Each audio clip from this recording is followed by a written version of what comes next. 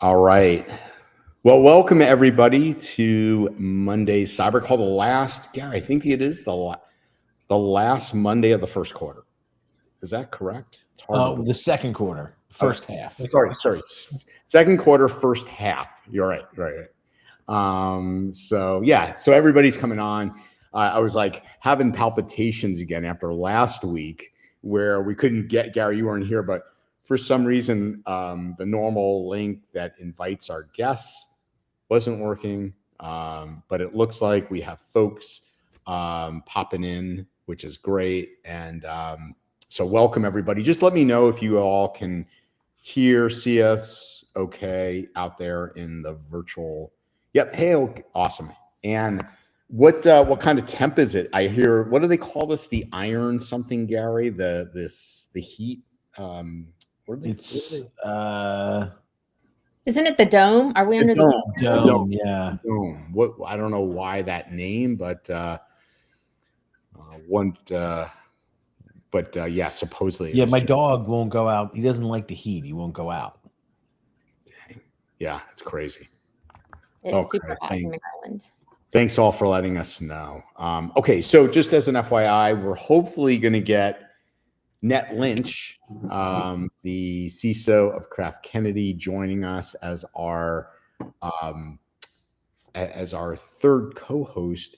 She's in Poland and initially came on, had no problems, but started having some internet issues. So if you see me kind of do one of these, it's getting Net back into today's session. So again, welcome everybody, and thanks for joining in. Gary, we haven't talked enough about AI, so I thought we'd talk about it again. No, listen, I'm working on finishing up I'm doing the day 2 opening keynote this week at Flow, Roost's member conference. And so that's all I've been thinking about is automation and AI all weekend. Yeah. Well, as I partly joke around about it, I want to kind of look at this from the lens, Gary, as we've always talked about on this show and for years, is that we go through cycles, right? In the world of MSP, we've talked about that this one is probably with automation and AI is probably going to be the one, as you've said many times on this show, Gary, that's going to really separate MSPs for the first time. Security did to a degree, but this one, if you're not changing yourself, and I'll use Greg's terms, he and I were talking offline, that's what led into this. If you're not kind of thinking about how the companies like Deloitte from a business process perspective approach companies, and I'm not saying that size and scale, but that mindset of driving business, I think things are going to be very different for you in the next 3 to 5 years. Does that thesis bode with you, Gary? Yes, absolutely. We're going to go through some changes in the coming years that we've not experienced in a couple different ways in the 30 years that I have been in the business. Yeah, absolutely. So let me set the stage. As we look at AI and it's becoming embedded in, every tool that markets to us, every solution that our clients use, whether it's their CRMs or their, business process tools. We have to think about this from the lens of the business, but in talking to them about this through AI governance, accountability, and risk management. In speaking with Greg, he's going to tell us about what he's doing these days. For those that don't know him, shortly I'll have Greg introduce him. That he's built a product with Vince Kent. It's around agentic AI, and in order for him to really get adoption, he had to look at this through what's the conversation need to look like from the MSP to the customer. And he's really become kind of a student in ISO 42001. Now, we have frameworks out the and my ISO who? and my mentioning ISO 42001 isn't like, oh, and here's another framework. It's more about how do you use this as a backstop and a backdrop? Because it's actually ISO's done a really good job in looking at this through the lens of the business.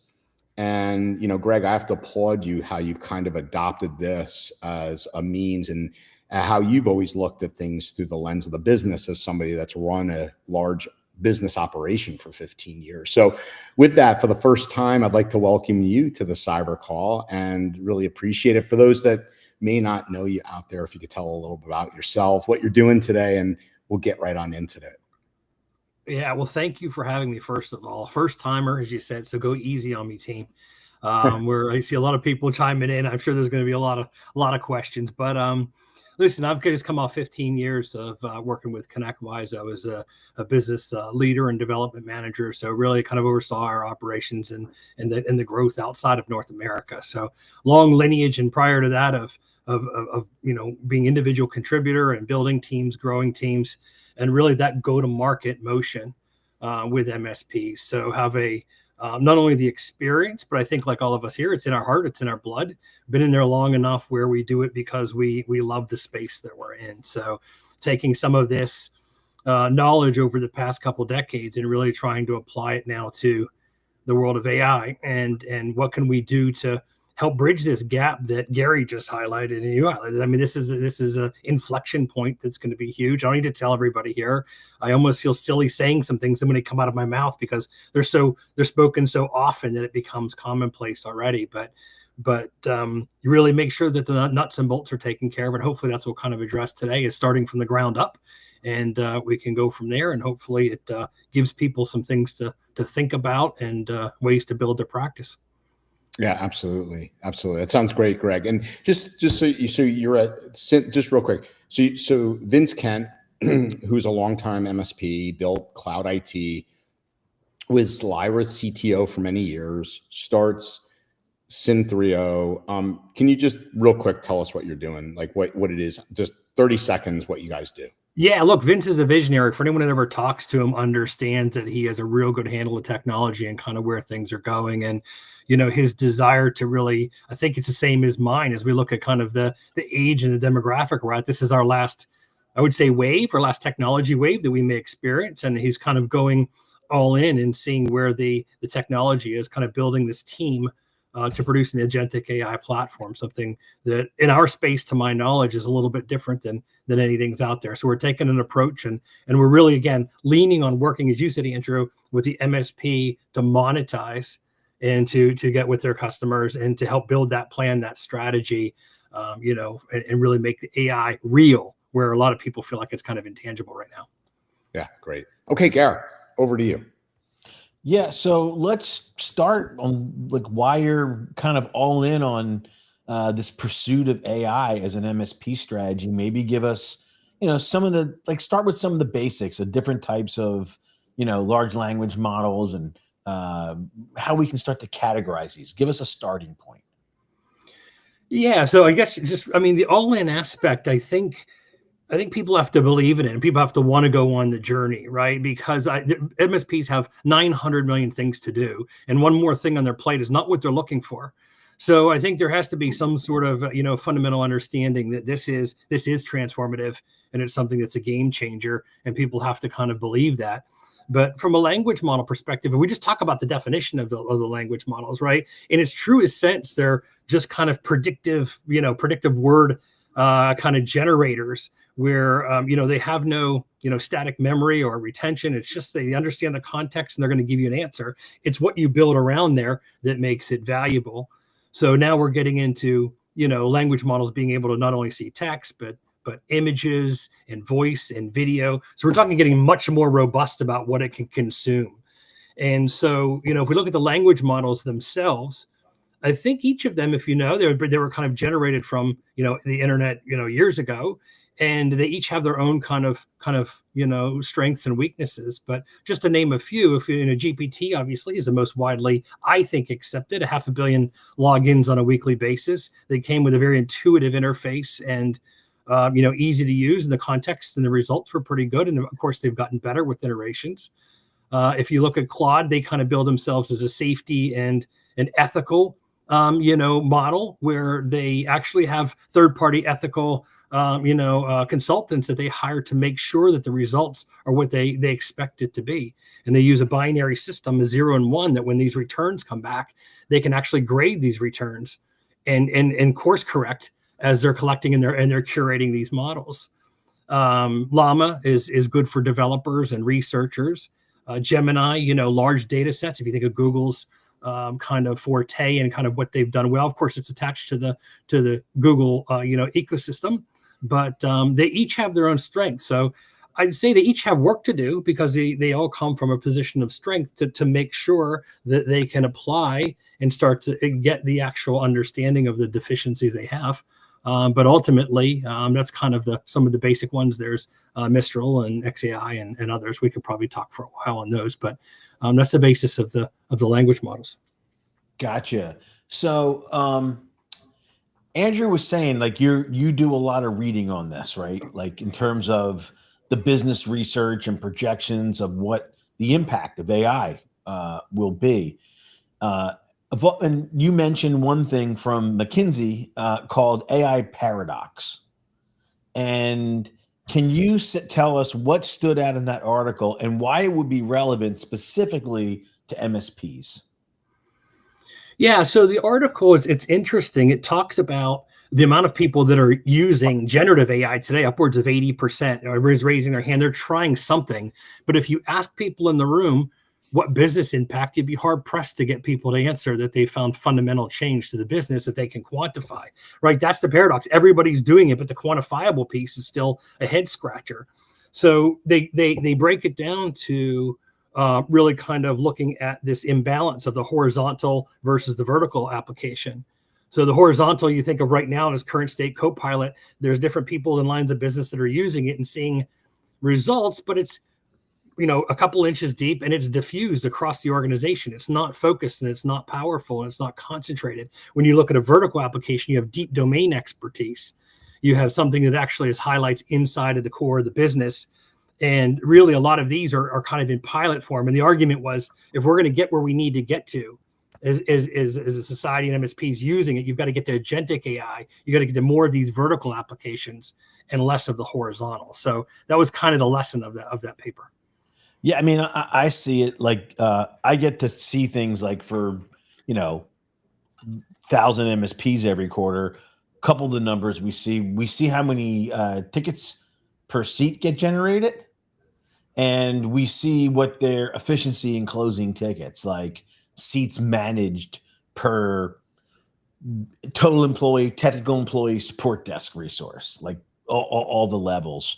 And there's no efficiency gains. Like people are doing a lot of things, but to your point, it has not yet translated into those. And I think when I talk to my friends that are, CEOs of companies in other verticals, it's been pretty similar, except in, like you said, in pieces, where they've adopted it in one particular thing around something they're doing in marketing, and then they're seeing huge impact. Is that kind of what you're talking about? Yeah, and I think you also have to, like, you hit at some of the challenges. And we said when it's fragmented, you have different initiatives, you have siloed AI teams. There could be a whole myriad of reasons of why that it's not really kind of get there yet. You have data integrity, right? Garbage in, garbage out. That's the data problem. You've got cultural resistance. You got people going, hey, this is going to take my job. I don't want to touch this thing. So I think you got to look and go, what are the blockers of going forward, and kind of have to hit those head on. And they may be different from client to client. Yeah. And you see some people, like I know some MSPs that are charging ahead right now from a couple different, aspects, both the impact they are making on their business, as well as being able to develop a model and help their customers on the journey.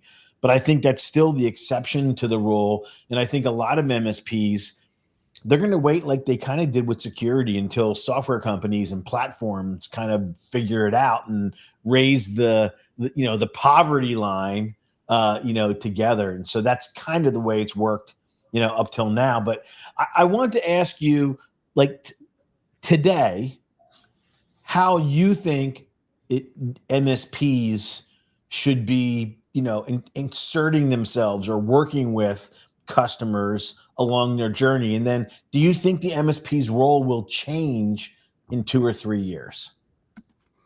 Yeah, that's a really good question. I think that traditionally it's a lot of the work and the pride that MSPs had has been on the service delivery side.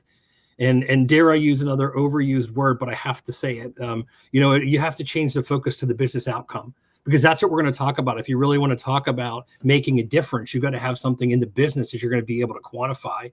And so while 24/7, 365 support is wonderful, that's not where the MSP of the future is going to have value, improve value. So, I think that you're going to have a deeper understanding. There's going to have to be that more consultative approach, and you're going to have to earn that right. And again, the good news is the people on the call, probably for the most part, have already started that journey with the security practice. As Andrew said before, this is a further extension, probably a multiplier of where you are and kind of where you need to be. So I think you've just got to keep going deeper down that journey, building stronger relationships, so that you have the right to ask these questions.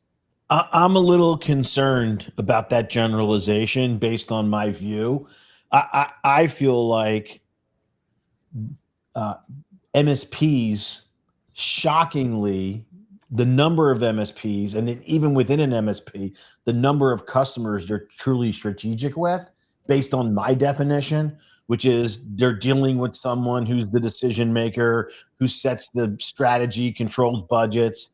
It's still not where it should be. And even with security, Andrew, I think it's pushed it along a little bit, but I think we're just to the point where SMBs understand security risks, and they're more pushing MSPs in some cases. And I think the same thing's going to happen to a greater degree. Like the MSP customer is going to be forced in whatever market they're in to be more competitive. And I think they're going to be driving the MSPs, not the other way around, like it was for the first couple decades that I was in this business, where the SMBs went as far as we would take them, and that's why they always lag behind, right? Because we're slow.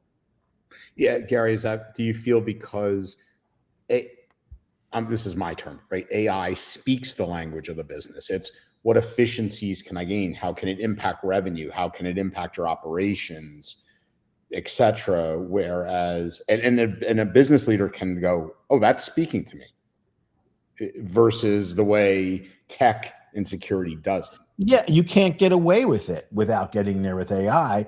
Security, you kind of can. How many people are selling security and have built some time of security practice for their MSP, and they've never done a business impact assessment? There's a ton of them, right? But this time, it's not going to work the other way around. Yeah. So, and Greg's he's leading us in that direction, right? About why this is different than other things that we've been through. Greg, I just want to make sure, Andrew mentioned ISO 42001. Can you help our audience understand this standard around and really more about AI governance? Yeah, look, and it's in the simplest form. It's the certifiable standard of which you can create your managed AI practice and eventually get again, check a box and get certified and have a credential.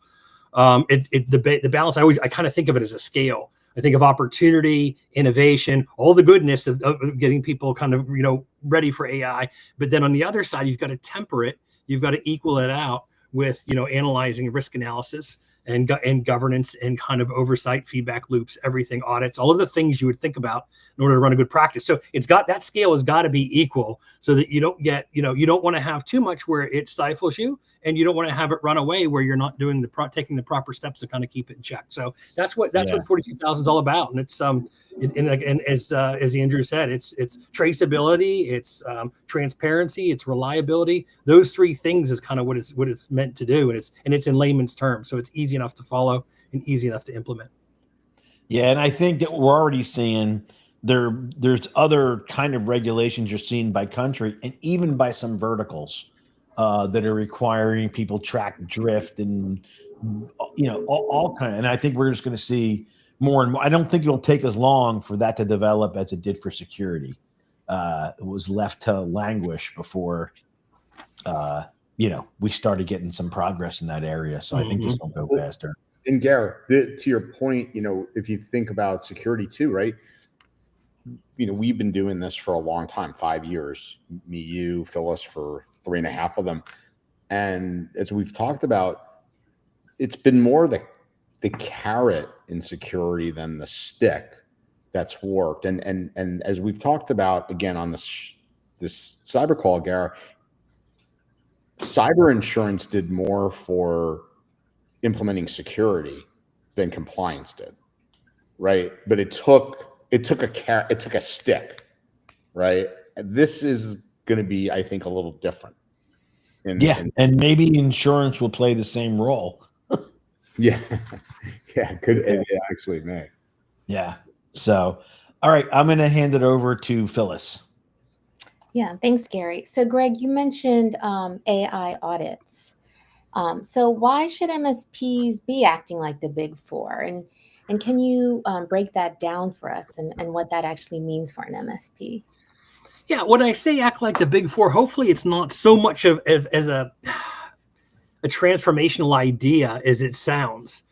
Maybe it's never put that way, but we start talking about security audits and impact assessments and those type of things you've been preaching for a while. That is how larger organizations operate. So what I want you to think about is containing and maintaining the underlying frameworks and certifications that you already know and you're using. You're not throwing something out and you're taking 42001 as a replacement. These all work together because there's a heavy security component that's relying upon the efficacy and the the outcomes that are derived from AI. So whether it be regional to GDPR, if it's regional data privacy, if it's HIPAA, if it's industry standards, if it's SOC, if it's NIST 27001, whatever it is, all of these things still obviously are very, very valid in the AI world. And you've got to then do your own kind of the red teaming with this. You've got to assess the vulnerabilities of these applications. Do they fit within these frameworks? Just because I can, does it mean should I? Right? You've got to ask those questions. Somebody come up with a great idea, but boy, in real world, it may not be the best to kind of run with it. So I think, the privacy safeguards, data handling, data integrity, those things you should care about, those things should come up in an audit and questions around that. And then there's the additional piece of the fairness and ethical. You have to make sure that these models and these outputs, this is something that's a little bit different. You're worrying about that output, which is unknown in the agentic world, is giving you something, and you continue to curate it and train it to make sure it stays on the track. So I think there's a lot of similarities, and I think there's a couple of differences, but it shouldn't be a drastic step for those that are running a healthy security practice today. It wouldn't be my thinking that it would be drastic, but you need to converse that way. And I always look at that as a gap document between 42001 as the standards. You're doing this audit to figure out where the gap is, how's the playing field aligned, and then you can start doing your 12, 18, 24-month plan with them on where they need to go. Yeah, that makes sense. That, it just kind of triggered, when Copilot first came out and everything. I was talking with some guys at Microsoft, and they just, they really didn't put any walls in between the data. And then what they found out was one of the first questions that organizations were asking was the salaries of their peers and other folks, which was causing a lot of issues in organizations. So then they're like, okay, we've got to wall off some of this data, so that people can't get answers to all the questions that they're asking. So, you mentioned ISO 42001, and when you speak with MSPs, are you suggesting that they use that, or how can they use that in their sales and their consulting conversations? I would call it a mandate, really. I mean, if I could, to every MSP out there, you've got to, this goes back to, again, something I'll just say I learned at ConnectWise is kind of the protect your own house, which is you've got to be able to have your own responsible AI policy. You've got to be able to make sure your colleagues know what they should and shouldn't be doing. Because again, you want to promote innovation in usage and adoption and sharing, but you don't want to have them using free versions and even some versions that are paid, where the data is being shared to the model, and you have to be very cautious of what's done. So I think you have to spend some time outlining the 42001 for your own organization, and then think of yourself again, what you're learning. you should absolutely teach every one of your customers. So some are not going to have the same degree of enthusiasm around it, but it's still your job to describe that methodology and that discipline of what you act and operate, so they're comfort, because this is all about trust and the adoption. We talked about it before. It's all about them getting to use it and feel comfortable that it's the right thing to do. And so it's going to happen over time. But that's where, like I said, I see the 42001 very much as should be a standard by any MSP to implement internally and then to take to their clients before they start rolling out solutions. Yeah, I think that's great. I mean, we often say that on this call about security, right? Secure your own enterprise, and then you can talk, I guess, more completely or in a more educated way with your clients, which is what, you're exactly saying right now when it comes to AI. And you also mentioned, the business impact. And so how do you recommend MSPs help their clients tie KPIs and business outcomes with the use of agentic AI? Yeah. So when I think of KPIs, I guess I kind of put them in two buckets, because there's going to be new KPIs internally that you're going to want to build. You're going to have mean time to repair your AI if it goes sideways, right? Or something happens, right? It's just an unexpected result. The mean absolute error, right? What did I expect? What did I get? Right? What's the deviation? What's the average deviation I'm getting? So I think you're going to have metrics that you're going to have to put on your own AI team, and they're going to have to define. But then externally, as we talked about, some of them, as Gary just highlighted, I mean, it's how is AI impacting your first call resolution, right? That's what he's digging for. He's looking through, I'm looking through all these tickets, and I've got to quantify what this impact of what I'm doing has. So I think there's a lot of business, similar business outcomes and business KPIs that you could use. But the one I would just throw out there that, again, that might be new or maybe not is colleague and job satisfaction, both of your own MSP and that of your customers. You're implementing a change, and people are going to feel differently, as we highlighted about it. You're going to have some people that are gung-ho about it. Some people say, hey, this is great for my skills, I can use AI. Some people are going, I don't know about it. And some people are going, I don't want to touch it at all. And they may be ready to get out the door. So you want to make sure that you have conversations internally with your teams and build it the correct way, and then also be able to position it externally. So I'm sorry. I was going to just chime in on something. I'm thinking back, Andrew, when we had Tyler Sanders from Pace on, and we were talking not about AI, we were talking about security.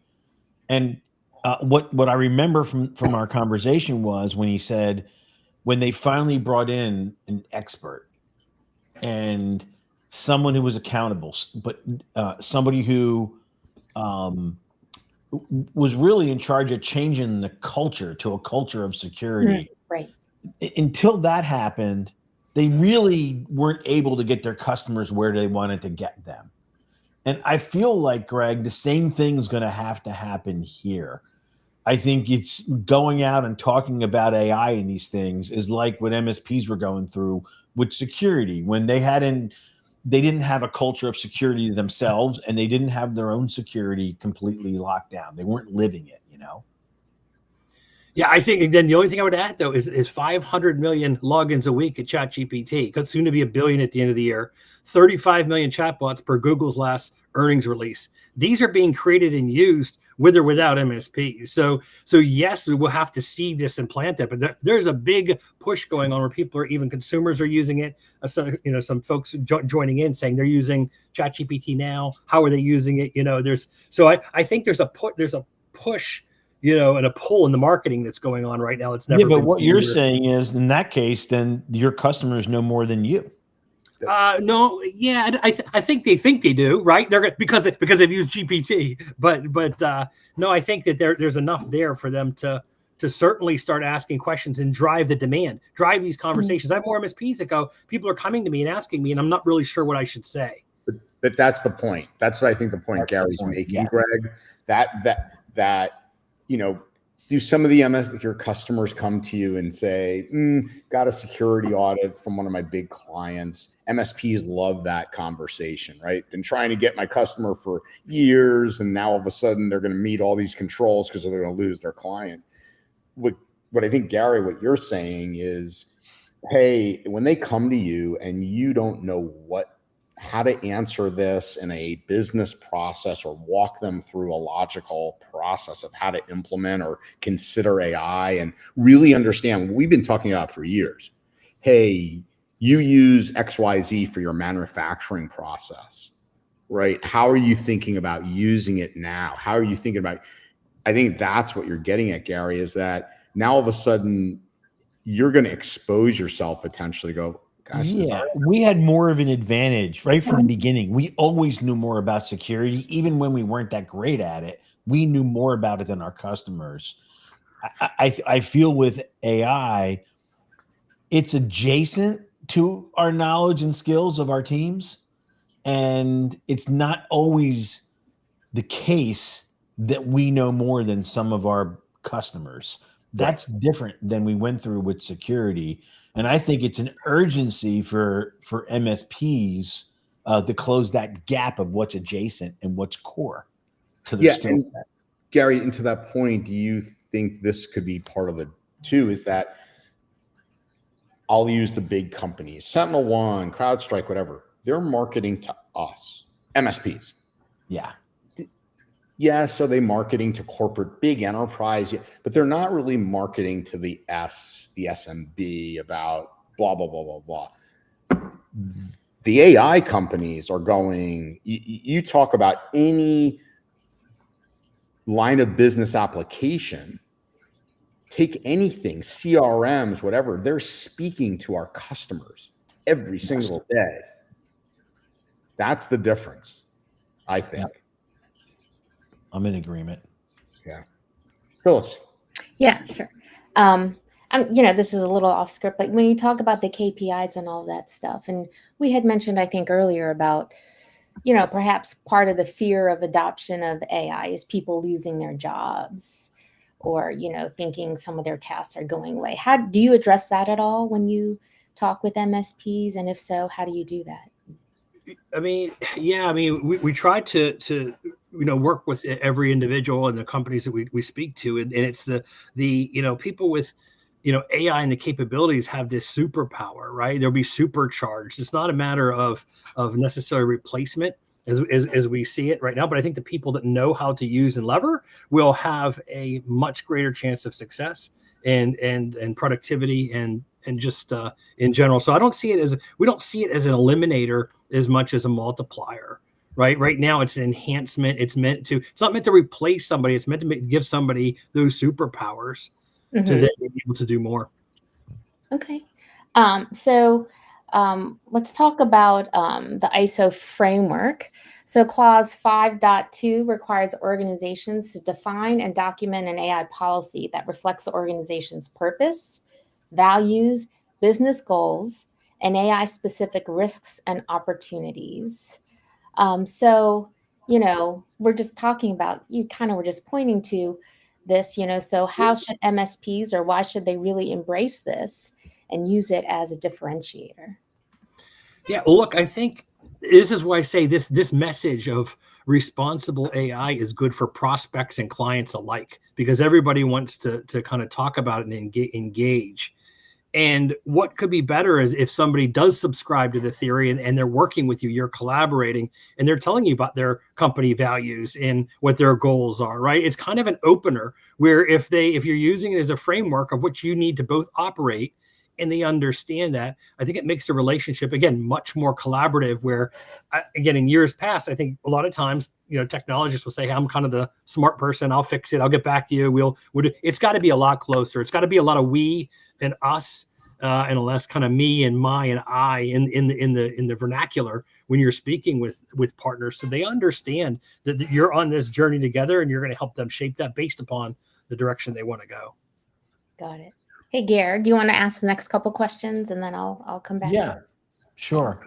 Let's talk about roles, responsibility, authority, accountability.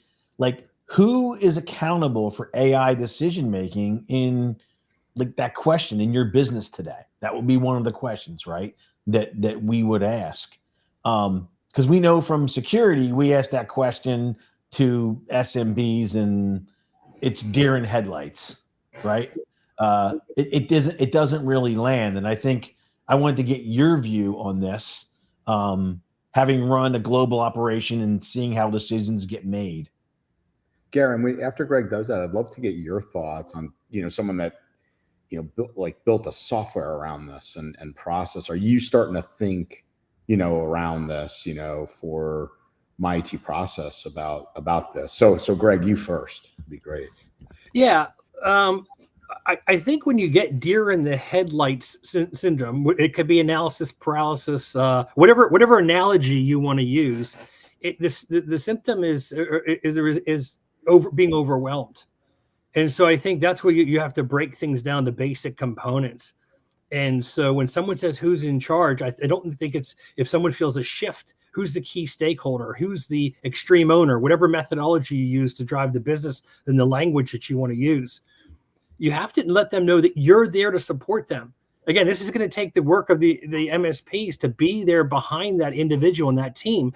But 42001 clearly has a segment that talks about, defining those roles and know that we're not perfect and we're not going to get anyone who's building agentic AI who says they're going to get it right out of the gate version 1. They're lying to you, right? We all know that. It's going to take curation. It's going to take work. It's going to take collaboration. So it's about building the right team and seeing, depending upon the size of the organization, both the MSP and your client. And it's also about, getting those KPIs that we talked about into the boardroom and into their QBR so they understand that's part of their core productivity. So that's your own and it's also your customer. So you need to embed it culturally within the organizations to keep the relevance and make sure it's exposed. But you need to support the teams on a day-to-day basis that you're serving to be that backstop to help them, develop the practice. So, yeah, and it slows things down. Like in under my area of control around, peer and powered, all the enablement stuff at Kaseya. We have a lot of platforms that we use that we're responsible for.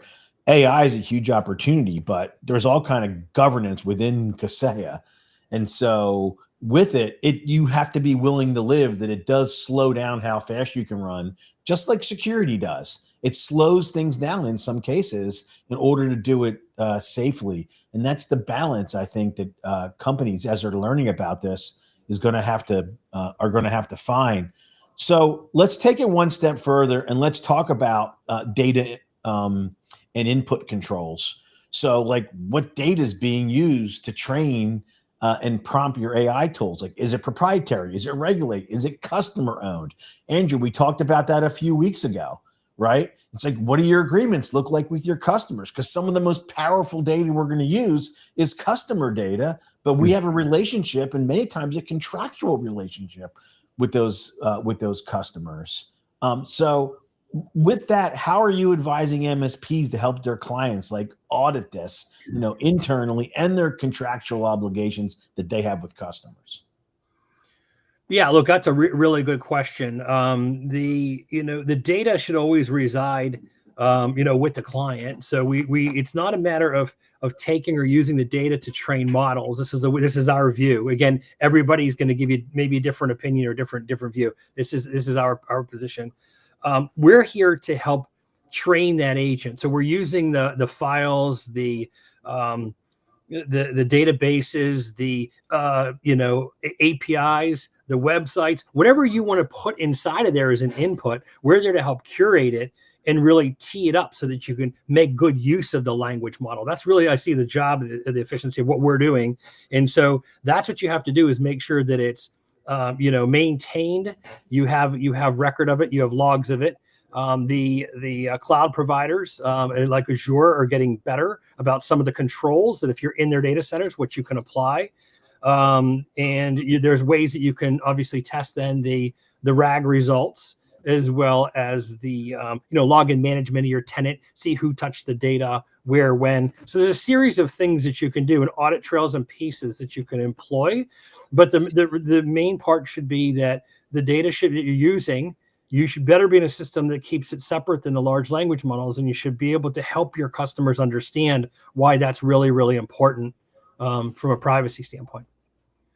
Great, Greg, that was a really good answer. Do you get when you're having conversations with MSPs about, but Copilot wants me to, I could just turn on Copilot. It's so easy, and it allows them to have access to everything. I'm obviously giving you the trite, kind of, but you could see a customer say that, right? Easily say that and not take into account what's being moved back and forth with customer information, what's in SharePoint, what's in OneNote, etc.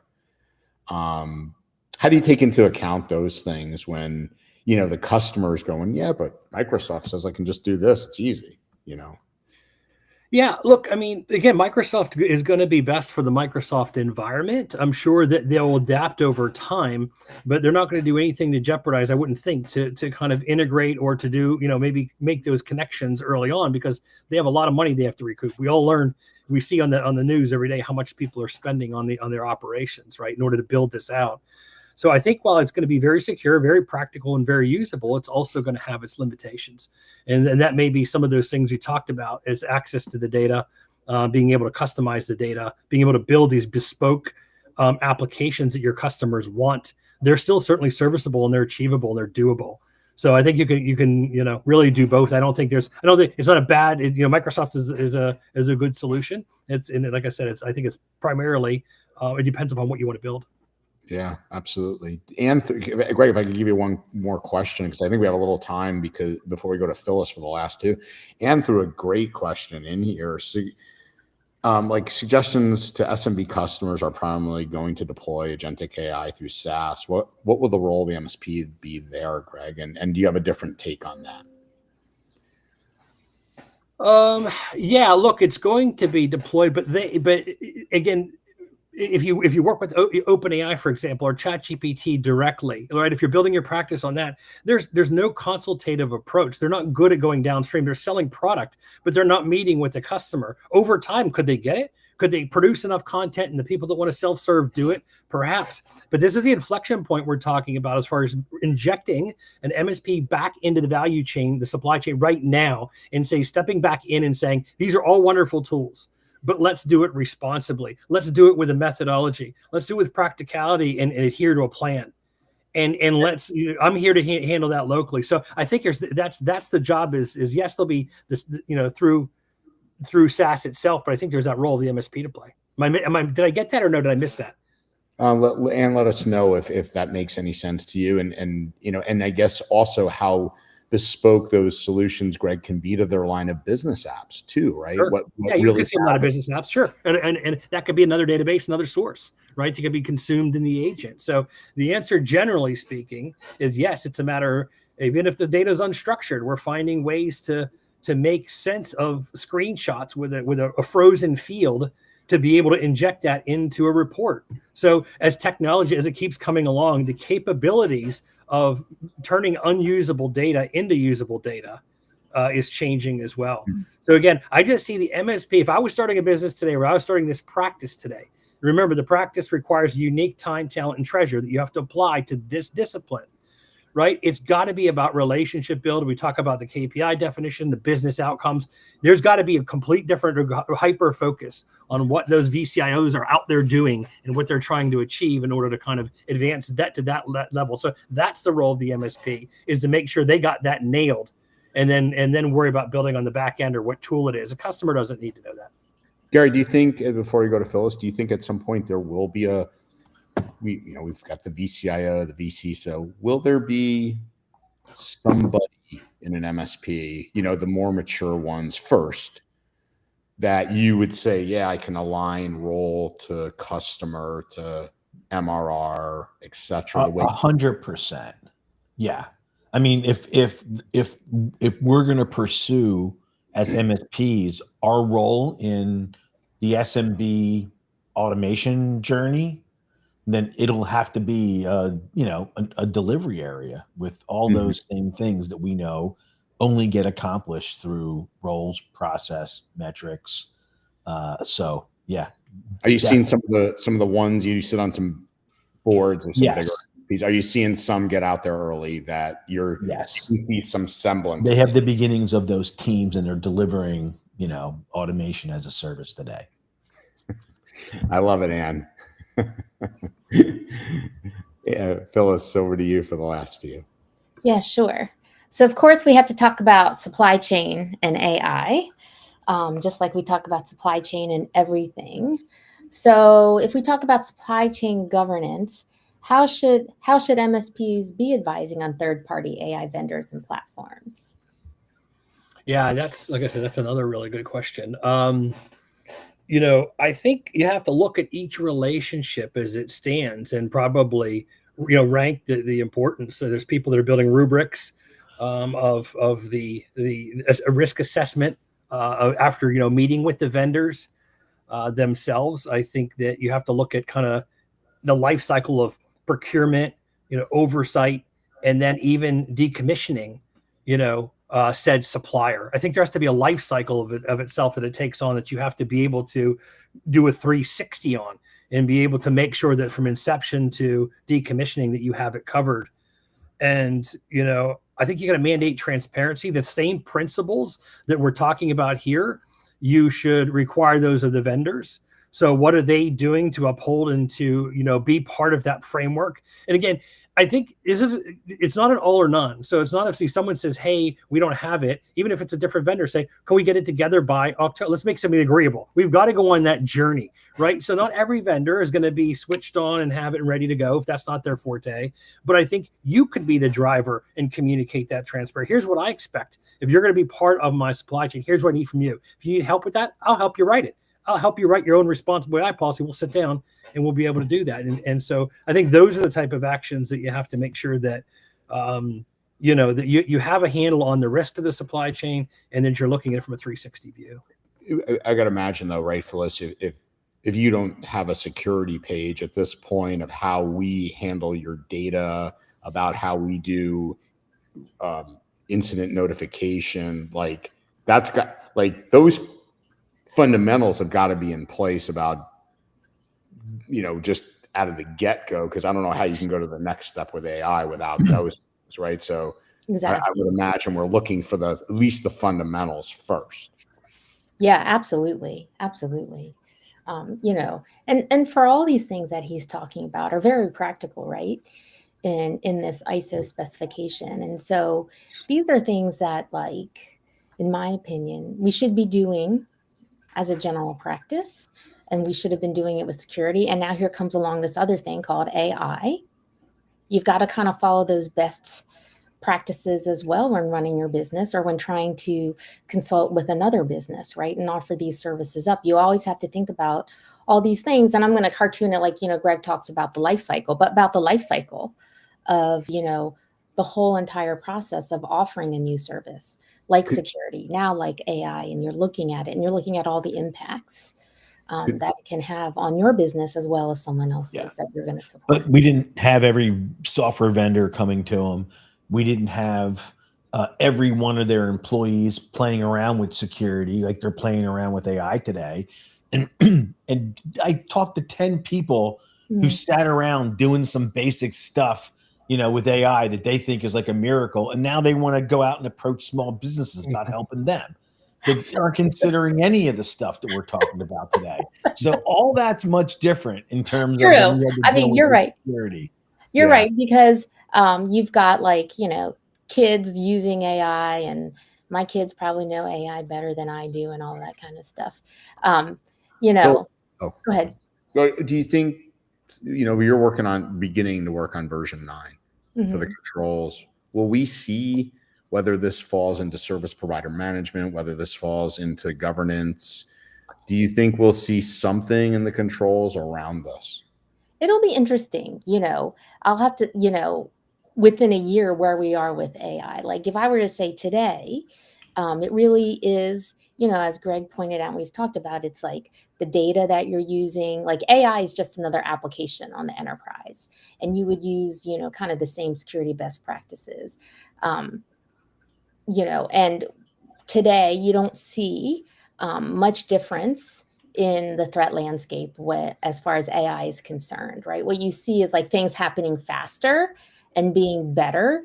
But, when you're gonna, okay, I see your face. Go ahead. What do you want to say? No, I was going to say, it's almost like, well, the reason on my face was like, and I'm, again, this is tongue in cheek, so don't all lynch me when I say this. like it's almost like we're helping with exfiltration when we don't think about it. Like we could be, right? Meaning, again, the top offenders of throwing things into LLMs at the enterprise were HR and legal. Mm-hmm. And so, right. But to me, that's data management, right? So to me, that's already like a fundamental with data management, and that you really need to know where your data is, and you have to block it off. Yeah, it falls in the current categories you're saying: data management, shadow IT. Yeah, like a lot of how it's reselling. It's like an app, right? It's like another app. It's just another app. And so, are you going to give it access to everything?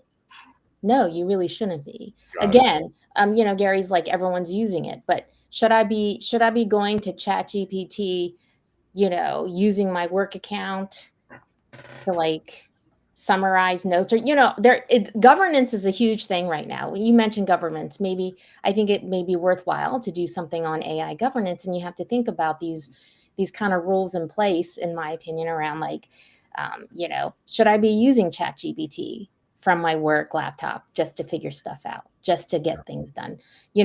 If you're going to have corporate accounts, what are you going to do? My husband works for a big financial institution. They brought in something like a ChatGPT internally to help with note taking and all that kind of stuff. But all that stuff was turned off, prior to that on their video teleconferencing stuff, right? But it is certainly something, an area, Gary, that MSPs, like, I think about Eric Woodard and how he looks at shared responsibility with his customers. And, he's really good, like the example of BYOD, and, will that customer allow him to put MDM on it? And if not, it's like, hey, that's yours now, based on, any type of data breach from that device, that you own that, it's in my MSA. But this is an area MSPs are going to have to consider, correct? If they're not going to put guardrails in, again, this is... Yeah, that part will be real similar to what we've already been through. Right. Okay. So my final question, Greg, is like, dun, dun, dun, like Terminator almost, right? So the machines take over. It's not going to be that bad. But what are your thoughts when you're handling an AI-related incident, such as chatbot leaking data, general false information, or making those unauthorized decisions? Yeah, well, boy, I have answers, but I could tell you that let's start from what we could do ahead of time, and then maybe I'll get to that. I'll kind of get to that, but I think that we talked about already. You've got to have access to the logs, the preventative aspect of it, right? I can't overstate the preventative aspect of it. So, being able to trace the behavior, see something that returns in logical format, so when things you can decipher, you can do kind of the regression analysis. Conduct your risks in your desktops, the same thing you're doing for security. Make sure that you're playing out scenarios ahead of time, and that you keep a human in the loop. We talked about that before. Right now, that's where we're at. This isn't AI without humans involved. It'll be here probably soon enough, but right now it's human, in the loop, on the loop. There needs to be people that are injected to these steps in the process to help mitigate against that. So that's kind of just maybe a flyover. I think you have to have your incident response plans. Again, going back to the security analogy, like you have to have these plans in place. You have to have anomaly detection. You have to have alerts and bells and whistles for bias and the things that we talked about. So you have to have these components that you're going to be able to look at and say, is this working? And it isn't. And even we talked about the mean time to repair. So it's about, if something goes wrong, what should I expect? What is the average to fix something, right? If I'm looking at it and I have an idea, when can I get back online, and then finally the communication strategy. So, both internal and external, you have to have a communication strategy of how you handle this. And then, as it's going on, and then the postmortem. So again, it's very, very similar. You have to be able to look back, do the root cause, socialize it internally, and let the lessons learned, right? Change policy where it applies. So I think there's that very similar parallel, because it's incident response to something that's happening. It's the parameters of what you have to define that are slightly different, because the metrics are different and what those changes need to look like. But I think prevention is the best in the middle of the throes, you've got to have a plan. So you got to have that incident response plan, and you have to know how to execute, who's doing what on that AI team, who's responsible, and then obviously a postmortem. So I see it as kind of 3 stages. And Greg, we didn't really talk a ton about the differences between agentic, RPA, GPTs, but you certainly could foresee, if this is involved with a line of business app, the need to understand, business impact, right? And be doing a business impact assessment, because if this is the reason and this is why something is down, and this hypothetically was feeding a revenue-based system, right? That these things have to be taken into consideration of what comes up first. Is that fair? Yeah, I mean, look at Phyllis's example of Microsoft exposing other people's salaries. I mean, it's the biggest company on the planet doing something. You go, geez, if you just did an impact analysis of what does that mean if they have access to this? So how does that happen? But it does, right? If we don't, so that's the point. Is that yes? So any line of business application, any bit of information, it's the containerizing of it, the actual authority to use it, the logging, the who uses it, when and where, so we can see audit trails. It's all of the above, and like I said, very much the things that you're accustomed to doing and using today. So that's the good news. It's not that far. If you're disciplined and you're running a security practice, it's not that far from where you are today. Yeah.